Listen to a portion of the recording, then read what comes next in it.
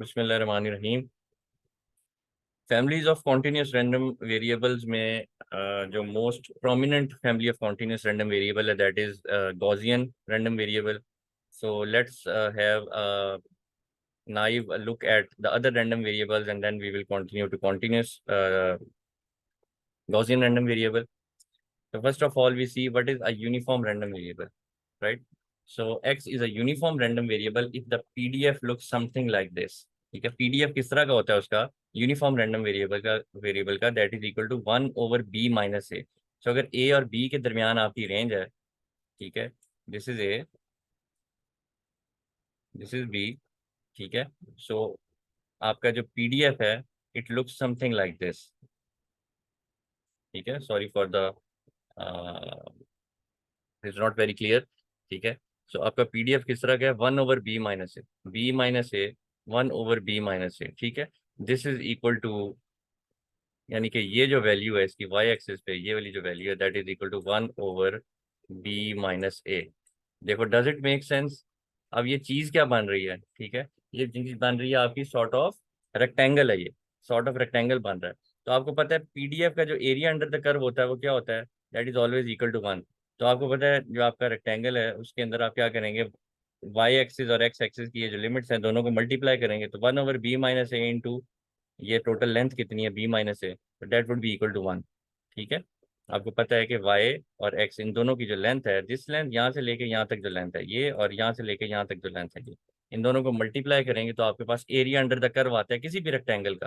ठीक है, ज्योमेट्री आपने पढ़ी है. ठीक है, so total area under the curve of uniform random variable, obviously for every random variable the total area under the curve is always equal to 1.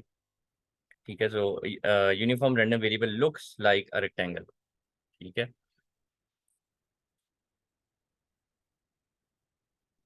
अच्छा जी. CDF जो है इस केस में क्या बनता है इसका, CDF look something like this. A और B के दरमियान में x-a/b-a. ठीक है, you know the relationship between PDF and CDF, so easily you can evaluate this CDF for that. The expectation comes out to be b plus a divided by 2 and variance is b minus a whole square divided by 12. You don't need to uh, do the proof of this, but that is how the expectation and variance looks like. ठीक है, आप solve करना चाहें solve कर लें, लेकिन अगर आपको डायरेक्टली पता लग गया कि ये यूनिफॉर्म रैंडम वेरिएबल है तो this is the answer. For example 3.1, the phase angle of the signal at the input to a modem is uniformly distributed between 0 and 2 π radian. अब देखो 0 से 2 π रेडियन के दरमियान ये यूनिफॉर्मली डिस्ट्रीब्यूटेड है, ये क्वेश्चन है. ठीक है, अगर आपको पता है कि यूनिफॉर्म रैंडम वेरिएबल क्या है तो आपको पता है कि अगर वो 0 से 2 π तक डिस्ट्रीब्यूटेड है तो उसकी PDF की क्या वैल्यू होगी, 1/2 π. 1/2 π, क्योंकि वो 0 से 2 π तक है तो 1/2 π होगी. यानी कि अगर ये PDF नहीं भी गिवन, खाली यहाँ से लेके यहाँ तक ये इन्फॉर्मेशन गिवन है, तो आपको पता है कि यूनिफॉर्म रैंडम वेरिएबल है, 0 से 2 π तक डिस्ट्रीब्यूटेड है, इसका मतलब इसका PDF होगा 1/2 π for this range. Find the CDF expected value and the variance. From the problem statement we identify the parameters of the uniform random variable a is equal to 0, b is equal to 2 π. यानी कि ये जो है ना, इस case में हमने ये a और b लिखा था क्योंकि 0 से 2 π तक था, तो a इसमें 0 है, b क्या है 2 π है. ठीक है, तो आप उससे मैपिंग कर सकते हैं. और CDF आपको पता है, CDF क्या है जी? CDF इस केस में होता है यूनिफॉर्म के केस में x-a/b-a, क्योंकि थीटा यहाँ पे x है. ठीक है, यानी कि ये चीज थीटा है तो ये क्या बन जाएगी, x-0, यानी x ऊपर आ जाएगा यानी थीटा आ जाएगा, डिवाइडेड बाय b-0, यानी b क्या था 2 π, तो ये आ जाएगा 2 π, थीटा/2 π. एंड x greater than 2 π के लिए क्या वैल्यू आ जाएगी 1, तो x greater than 2 π के लिए क्या वैल्यू आ जाएगी 1. So this is the PDF and CDF of uniform random variable. And then we have exponential random variable. X is an exponential random variable if the PDF of x is looks something like this. So PDF of a exponential random variable is lambda e minus lambda x for x greater than or equal to 0 and 0 otherwise, where the parameter lambda is greater than 0. ठीक है, this is the PDF of exponential random variable. अच्छा, exponential random variable जो है ना, that is also one of those random variables जिसकी practical applications काफी ज्यादा हैं. सबसे ज्यादा प्रैक्टिकल एप्लीकेशन गॉसियन की है. ठीक है, और एक्सपोनेंशियल भी वो एक रैंडम वेरिएबल है जिसकी प्रैक्टिकल एप्लीकेशन जो है वो अच्छी खासी एग्जिस्ट करती है. ठीक है, अच्छा, this is the PDF and CDF for this next example. जिसमें ये है कि probability that a telephone call last no more than T minutes is often modelled as an exponential random exponential CDF. ठीक है. What is the PDF of the duration in minutes of a telephone conversation? What is the probability that a conversation will last between 2 and 4 minutes? A very important example. ठीक है. And क्योंकि आपने मालूम करनी है probability के वो 2 से 4 मिनट के दरमियान में जो है वो लाई करेगी, तो आपको पता है कि प्रोबेबिलिटी के t is between 2 and 4, that is equal to CDF evaluated at 4 minus CDF evaluated at 2. So if you have the CDF is given. ठीक है. So you can easily find कि आपका जो है वो probability क्या बनती है. So just by having this, क्योंकि आपके पास CDF given है, ठीक है, तो आप CDF evaluated at 4 minus CDF evaluated at 2 मालूम करेंगे, you can get this. जहाँ तक PDF की बात है, PDF आपने मालूम करना है. ठीक है. अगर PDF मालूम करना है तो आपको पता है that is a differentiation of CDF. ठीक है. That is a differentiation of CDF. सो ये माइनस आ गया 1/3 बाहर आ गया E minus T/3. This is the differentiation of this thing. ठीक है. 1 की डिफरेंशिएशन 0. ठीक है. डेरिवेटिव इसका लोगे तो 0 आ जाएगा. इसका डेरिवेटिव लोगे तो ये माइनस पहली बार आया हुआ है E minus T/3 आ गया. ठीक है. और -1/3 बाहर आ गया, माइनस माइनस 1/3 प्लस में आ गया आपके पास. ठीक है जी. ओके जी. नेक्स्ट करते हैं जी. In example 3.12, what is the expectation of T. What is the expectation of T, the expected duration of a telephone call, what are the variance in standard deviation, what is the probability that a call duration is within ±1 standard deviation of the expected call duration. Very important. ठीक है. To using the PDF we can calculate the expected duration of the call. What is E of t, what is the expectation. ठीक है. आपको पता है, just quick revision, कि आपके discrete के केस में एक्सपेक्टेशन क्या होती थी, समेशन होती थी. ठीक है. Summation for example E of x था तो वो क्या था, समेशन x, और साथ क्या आता था, PMF आता था. ठीक है. So value into probability and summation of all, ये था value into probability and summation of all. यानी कि वहां पे PMF था, यहाँ पे क्या होगा, PDF होगा. ठीक है. तो एक्सपेक्टेशन का क्या फॉर्मूला, T इंटू PDF, और फिर आपने वो रेंज डिफाइन करनी है. ठीक है. यहाँ पे रेंज क्या आपकी, ठीक है, आपकी टेलीफोन कॉल जो है वो ज़ाहिर है नेगेटिव में तो हो नहीं सकती, तो that would be 0 to infinity. ठीक है. T और फिर ये आपने PDF यहाँ पे लिख दिया. अब ये जो चीज़ आ रही है ये इंटीग्रेशन बाय पार्ट्स है. ठीक है. हमने लास्ट लेक्चर में देखा था इंटीग्रेशन बाय पार्ट्स का फॉर्मूला भी. ठीक है. First function into derivative integration of second function minus integration of derivative of the first function and integration of the second function. वो वाला फॉर्मूला आपने यहाँ पे लगाया. यू फाउंड आउट कि एक्सपेक्टेशन इसकी आती है 3 मिनट्स. ठीक है. एक्सपेक्टेशन इसकी आती है 3 मिनट्स. अच्छा, अब मुझे देखो, ये तो आपने सॉल्व किया ना पूरा इंटीग्रेशन बाय पार्ट्स करके, लेकिन आपको पता है कि ये जो आपके पास जवाब आई है 3 मिनट्स आया है, और 3 मिनट्स यहाँ पे आपको क्वेश्चन में गिवन था कि आपके पास जो लैम्डा था ना, आपके पास जो लैम्डा था, ये वाला lambda, that was equal to that was equal to what, that was equal to 1/3. ठीक है. तो इससे हमें ये भी पता लगता है कि जो आपके कॉन्टिन्यूस रैंडम वेरिएबल होता है उसकी एक्सपेक्टेड वैल्यू जो है हमेशा 1/λ आती है. ठीक है. तो अगर ये सॉल्व करने की जरूरत ही नहीं थी, अगर डायरेक्टली आपको ये याद होता कि expected value of any exponential random variable is always equal to 1/λ. ठीक है. अच्छा, अब आपने मालूम करनी है वेरिएंस. वेरिएंस के लिए आपको पता है that is always equal to second moment minus first moment का स्क्वायर, यानी सेकंड मोमेंट माइनस मीन का स्क्वायर. ठीक है. तो एक्सपेक्टेड वैल्यू ऑफ T² यहाँ पे निकालनी पड़ेगी, that would be equal to T² into PDF. ठीक है. अगेन इंटीग्रेशन बाय पार्ट्स करके you will be able to get the answer which is 18, and from there on you can find the variance of T. ठीक है. Variance अगर 9 आया तो standard deviation क्या होगा, अंडर रूट ऑफ दिस होगा, तो under root of 9 is equal to 3. The probability that the call duration is within 1 standard deviation of the expected value is, ठीक है, that would be equal to probability that uh, T is between 0 and 6. This is CDF evaluated at 6 minus CDF evaluated at 0. ठीक है. And you can get 0.865. ठीक है. तो probability that the call duration is within the 1 standard deviation, ठीक है, वो क्या आ रहा है आपका, that is equal to 0.865. अच्छा, एक्सपोनेंशियल रैंडम वेरिएबल का अगेन सीडीएफ ये होता है, अगर आपको पता है लैम्डा क्या है, you can directly find the expected value, you can directly find the variance. Variance आपकी क्या आई थी? वेरिएंस आपकी आई है यहाँ पे 9। ठीक है, तो which is equal to lambda का क्या हो गया, स्क्वायर हो गया ये। ठीक है, 1 ओवर लैम्डा का स्क्वायर हो गया, क्योंकि लैम्डा था वो 1/3 था, तो that is 1 over lambda square. ठीक है, ओके जी। Then we also have a long random variable, and then Poisson random variable जो कि आपने discrete के cases में किए थे, and we're going to quickly jump to Gaussian random variable, the most famous one, Gaussian random variable. The bell-shaped curves appear in many applications of probability theory. ये bell shaped curve जो है ना, ये तो आपने बहुत ज्यादा देखी है, आपकी ग्रेडिंग जो है उसमें भी आपने देखा होगा कि जो सेंटर होता है जिसे हम मीन कहते हैं, ये मीन होता है, उसमें सबसे ज्यादा आपकी मैक्सिमम वैल्यू होती है और फिर डिस्ट्रीब्यूटेड होती है on the either side of this mean. ठीक है, तो बेल शेप कर्व आपने जो है वो स्टूडेंट्स उससे अच्छी तरीके से वाकिफ हैं। So the probability models in these applications are members of the family of the Gaussian random variables. ठीक है, because they occur so frequently in practice, Gaussian random variables are some to refer to as normal random variables. Gaussian random variables को sometimes normal random variable भी कहते हैं, क्योंकि ये सबसे ज्यादा इसकी प्रैक्टिकल एप्लीकेशन जो है वो मौजूद है, इसलिए इसको सबसे ज्यादा जो है वो कंसिडर किया जाता है।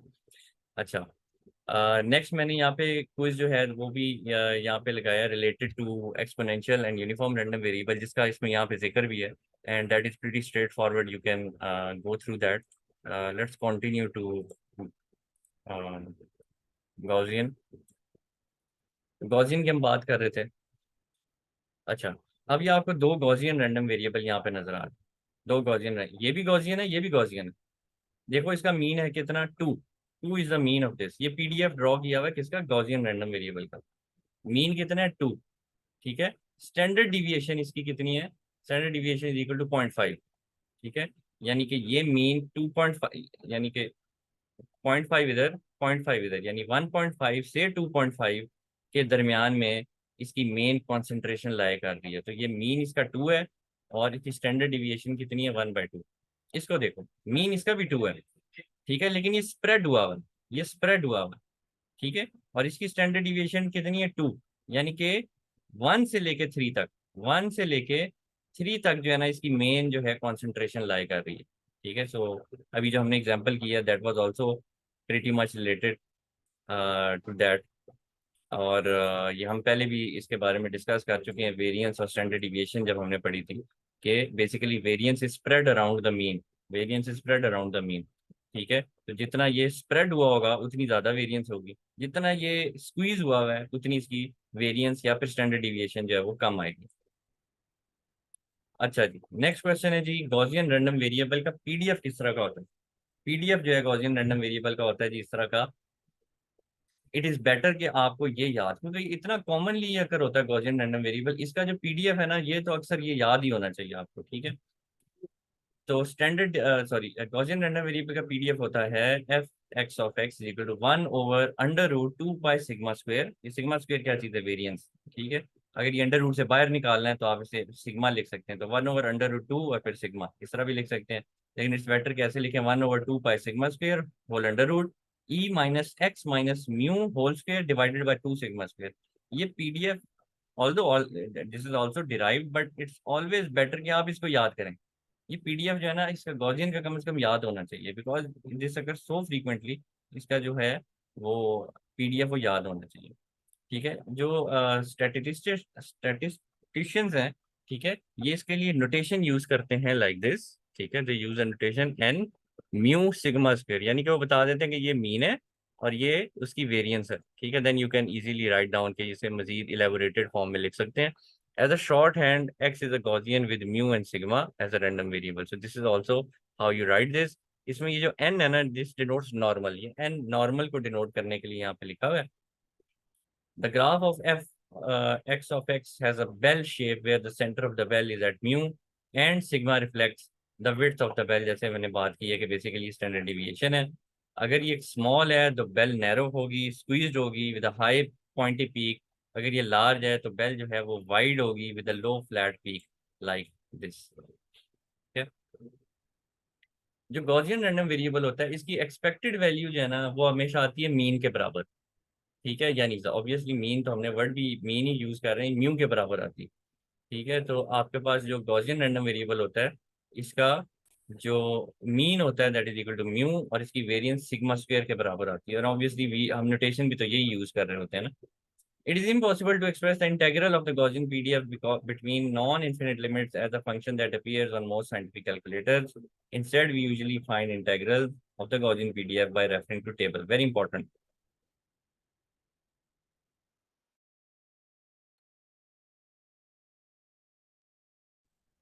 अच्छा, ये जो टेबल वाली बात की है मैं आपको थोड़ी देर में बताता हूँ। थोड़ा थ्योरम्स इसके जो है वो देख लें। If x is Gaussian with parameter mu and sigma, और आपके पास एक वाई रैंडम वेरिएबल है ए एक्स प्लस बी, वो भी गॉसियन होगा। उसके पैरामीटर क्या होंगे? A mu plus b, a mu plus b. यानी आपको पता है कि वैसे ही ओपन करें एक्सपेक्टेड ऑपरेटर को तो ई ऑफ वाई होता है a into expected value of x plus b. तो ए म्यू प्लस बी वही वाली चीज़ आ रही है। और अगर इसकी जो वेरिएंस है अगर वो सिग्मा आ रहा है तो इसका ए सिग्मा है। अब हम बात करने लगे हैं standard normal random variable. Standard normal random variable एक है नॉर्मल रैंडम वेरिएबल, ठीक है, जैसे गॉसियन रैंडम वेरिएबल कहते हैं उसे नॉर्मल रैंडम वेरिएबल भी कहते हैं। अब हम बात करने लगे हैं standard normal random variable. The standard normal random variable is the Gaussian, ठीक है, जिसमें म्यू जीरो है सिग्मा वन है। यानी कि आपका गॉसियन रैंडम वेरिएबल, आपका गॉसियन रैंडम वेरिएबल ही जिसमें अगर सिग्मा वन हो जाए और म्यू आपका जीरो हो जाए तो वो क्या कहलाता है? वो कहलाता है जी स्टैंडर्ड नॉर्मल रैंडम वेरिएबल। ठीक है, very important, this topic is very important. ठीक है, दोबारा रिपीट करने लगा हूँ। स्टैंडर्ड नॉर्मल रैंडम वेरिएबल उसको कहते हैं जिसमें म्यू जीरो हो जाए सिग्मा वन हो जाए, उसे स्टैंडर्ड नॉर्मल रैंडम वेरिएबल कहते हैं। उसकी एक्सपेक्टेड वैल्यू जीरो होती है, उसकी वेरिएंस वन होती है। ठीक है। अच्छा, अब बात कर रहे हैं हम स्टैंडर्ड नॉर्मल का सीडीएफ कैसा होता है। जो नॉर्मल स्टैंडर्ड नॉर्मल सीडीएफ है, it's CDF of the normal standard random variable ji is 1/2 pi under root minus infinity to Z e minus u square divided by 2 into d u. Given a table of values, we use the following theorem to find the probabilities of the Gaussian random variable with parameter mu and sigma। ठीक है, table की बात अभी मैं थोड़ी देर में करता हूँ कि टेबल की क्या बात कर रहे हैं। पहले ये बात जरा क्लियर करानी। तो स्टैंडर्ड नॉर्मल का जो सीडीएफ है ना वो इस तरह का दिखाई देता है। अब ये थ्योरम देखना, ये थ्योरम बहुत ज्यादा इंपॉर्टेंट है। This theorem is very important, so pay close attention to this. अगर एक्स गॉसियन रैंडम वेरिएबल है, if x is a Gaussian random variable, standard normal की बात नहीं कर रहा, ठीक है, x is a Gaussian random variable with some mu and with some sigma, the CDF of x is, उसका CDF जो है वो कैसा होगा? ठीक है, वो इस तरीके का होगा। अब आपने जो सीडीएफ है ना उस रैंडम वेरिएबल का जो कि गॉसियन है, जो कि गॉसियन रैंडम वेरिएबल है, उसका सीडीएफ आपने किस फॉर्म में लिख दिया? आपने स्टैंडर्ड नॉर्मल के सीडीएफ की फॉर्म में लिख दिया। यहाँ पे आपने क्या किया है, एक गॉसियन रैंडम वेरिएबल है, उसका सीडीएफ आप किस तरीके से लिख सकते हैं? स्टैंडर्ड नॉर्मल जिसमें म्यू जीरो और सिग्मा वन होता है, उसका जो सीडीएफ है जो कि इस तरह का दिखाई देता है। अगर आपको फाई ऑफ जी पता है तो वो आपके पास क्या बन जाएगा? अगर आपके पास नॉर्मल स्टैंडर्ड नॉर्मल नहीं बल्कि गॉसियन रैंडम वेरिएबल आता है, that would be something like this. This thing is very important, this thing is very important. So CDF of a Gaussian random variable is written in terms of the CDF of standard normal random variable। यहाँ पे क्या किया है? CDF of Gaussian random variable is written in the form of the CDF of the standard normal random variable। Okay, so if you want to find the probability that the random variable x is between a and b, that would be equal to, again अगर आपके पास standard normal का CDF मौजूद है, ठीक है, तो that would be equal to b minus mu, यानी कि ये वाली वैल्यू माइनस म्यू जो कि इस रैंडम वेरिएबल का मीन है डिवाइडेड बाय उसकी स्टैंडर्ड डिविएशन माइनस अगेन ये वाला फंक्शन जो कि सीडीएफ है स्टैंडर्ड नॉर्मल का, उसमें आप साथ करेंगे ए ये वाली value minus mean divided by standard normal का जो सॉरी जो आपका रैंडम वेरिएबल का सिग्मा है वो। ठीक है, so please keep these two equation in your mind. ठीक है, और आगे मूव करते हैं। Note that z is dimensionless. ये z क्या है जी? ठीक है, z is x minus mu और sigma, x minus mu over sigma, इसको हम z कह रहे हैं अभी. It represents x as a number of standard deviation relative to the expected value of x. Table 3.1 presents phi of z for z between 0 and 2.99. People working in probability and statistics spend a lot of time referring to tables like table 3.1. It seems strange to us that phi of z is not included in every scientific calculator. ये author का opinion है कि ये इतनी important चीज है कि हर scientific calculator के अंदर होनी चाहिए. तो वो हैरान है कि भाई हर साइंटिफिक कैलकुलेटर में क्यों नहीं होता ये. ठीक है. सो बहुत ध्यान से सुने, एग्जाम्पल करने लगे हैं और फिर अब जो आपकी मिसिंग डॉट्स रह गए हैं इस टॉपिक से रिलेटेड वो आपको आहिस्ता आहिस्ता भी क्लियर होते जाएंगे. ठीक है. Example 3.1. Example 3.1. Suppose your score on a test is x equal to 46.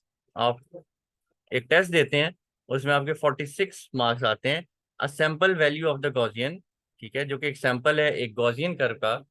ठीक है. जिसमें म्यू 61 है, मीन यानी 61 है, स्टैंडर्ड डिविएशन उसकी 10 है. Express your test score as a sample value of the standard normal random variable. इसे स्टैंडर्ड नॉर्मल की फॉर्म में लिखें सबसे पहले, तो वो ये बात कर रहा है. ठीक है. अच्छा. इक्वेशन 3.4 इंडिकेट दैट z क्या होता है जी. अभी आपने इक्वेशन 3.4 देखी और उसमें पता लगा आपको कि z क्या है, x minus mu over sigma. x minus mu over sigma और x यहाँ पे क्या आया 46. It is given. ठीक है. x क्या है 46. तो आपने z पहले बना रहे हो. 46 minus mu divided by sigma. Mu 61 given है, सिग्मा 10 गिवन है. This is given in the question. ठीक है. म्यू 61 गिवन है, सिग्मा 10 गिवन है. तो एक्स 46 माइनस 61 डिवाइडेड बाय 10, ये आपका जी आ गया. तो जी इज इक्वल टू -1.5. ठीक है. जी आपके पास आ गया -1.5. Therefore your score is 1.5 standard deviation less than the expected value. तो आपके जाहिर है आपके मीन से कम नंबर है. तो कितने कम है जी, 1.5 स्टैंडर्ड डिविएशन आपके कम मार्क्स आए हैं फ्रॉम द मीन. ठीक है. चलें जी आगे मूव करते हैं. ठीक है. To find probabilities of Gaussian random variable, we use the values of phi of z presented in table 3.1. Note that this table contains entries only for z is greater than equal to 0. For values of z, we apply the following property of z. अच्छा चले. ये है जी table. ये table है.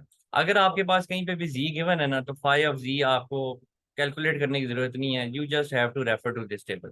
You just have to refer to this table. आपके पास z given है for example 0.08, तो phi of z यहाँ से निकाल लो. ठीक है. अच्छा. ये टेबल आपको गिवन होता है. ये टेबल आपको हर एग्जाम में जिसमें ये गॉसियन रैंडम वेरिएबल आना हो, that is always given in that. ठीक है. अब ये लिखा हुआ है कि आपके पास यहाँ पे जो एंट्रीज हैं ये सारे खाली पॉजिटिव जी के लिए लिखी हुई है. अगर आपने नेगेटिव जी की वैल्यूज निकालनी हो ना, तो आपने क्या करना है, phi of minus z is 1 minus phi of z. क्योंकि फाई ऑफ जी गिवन है खाली इस टेबल में, यानी फाई ऑफ 1.5 गिवन है, फाई ऑफ -1.5 गिवन नहीं है. तो उसके लिए क्या करेंगे आप, फाई ऑफ -1.5 अगर निकालना होगा तो आप लिखेंगे 1 माइनस फाई ऑफ 1.5.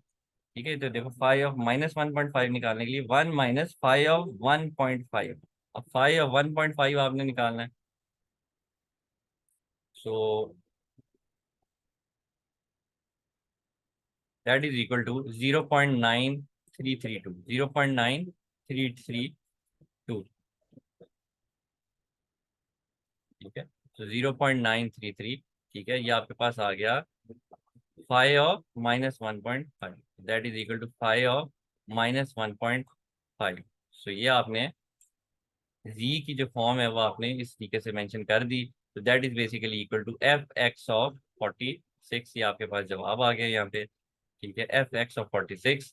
ठीक है. जो कि बेसिकली किसके बराबर होता है, probability that x is less than equal to 46. ठीक है. सो अगर वो स्टैंडर्ड नॉर्मल है तो that is how you going to solve this. ठीक है. तो ये 0.067 आया. यानी कि it suggests that if your test score is 1.5 standard deviation below the expected value, you are in the lowest 6.7% of the population of test taker.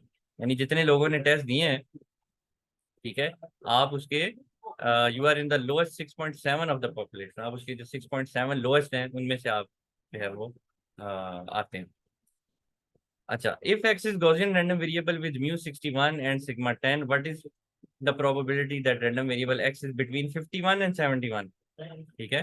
सो इस equation के आपका x 51 और 71 के दरमियान में अगेन आप इसको किस किस में कन्वर्ट करेंगे, सबसे पहले स्टैंडर्ड नॉर्मल के तरीके में कन्वर्ट कर लें, स्टैंडर्ड नॉर्मल के तरीके में कन्वर्ट कर लें।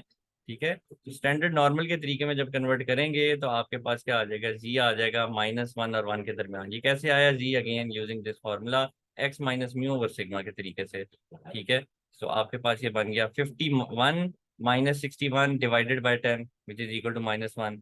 एंड सिमिलरली आपके पास आ गया 71 -61 divided by 10, 10 divided by 10 which is equal to 1। ठीक है, तो ये आपके पास बन जाएगा 5 of 1 -5 of -1। ठीक है, which is equal to 2 of 5 -1 which is equal to 0.683। This is a very important topic. ठीक है, keep in mind this is a very important topic. ठीक है, एक और इम्पोर्टेंट बात जी, स्टैंडर्ड नॉर्मल कॉम्प्लीमेंट्री सीडीएफ। अब कई दफा इस तरह से होता है कि आपके पास जो है वो पाई गिवन नहीं होता बल्कि क्यू गिवन होता है। ठीक है, तो आपके पास क्यू गिवन होता है, इसे क्यू फंक्शन भी कहते हैं, स्टैंडर्ड नॉर्मल कॉम्प्लीमेंट्री सीडीएफ कहलाता है ये।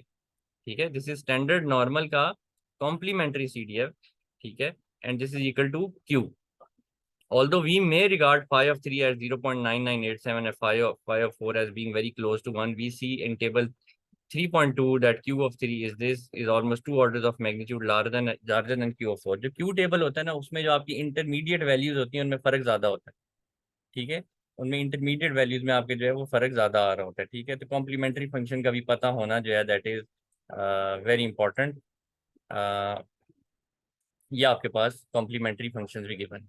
ठीक है, ये इसी तरह उनकी वैल्यूज गिवन है, कॉरस्पॉन्डिंग जो फंक्शन की वैल्यू आती है वो भी आपके पास यहाँ पे गिवन है।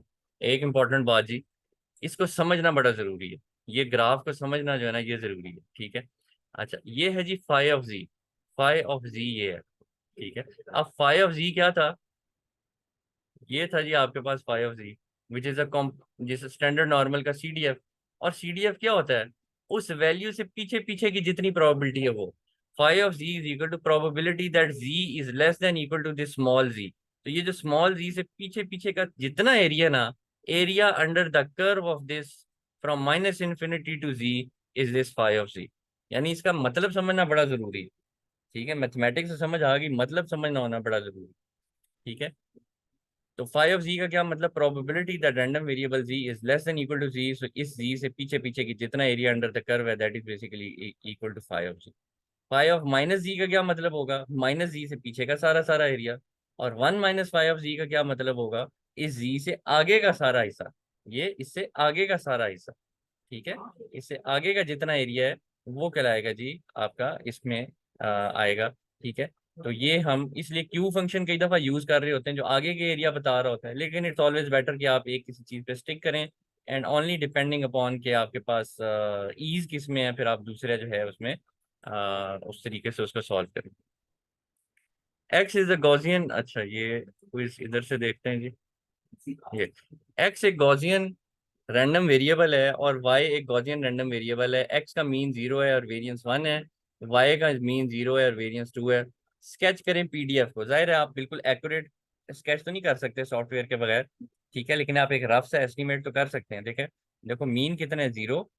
ठीक है, ये और वेरिएंस कितनी है इसकी, पहले वाले में 1। ठीक है, तो आपने एक रफ सा एस्टिमेट कर दी।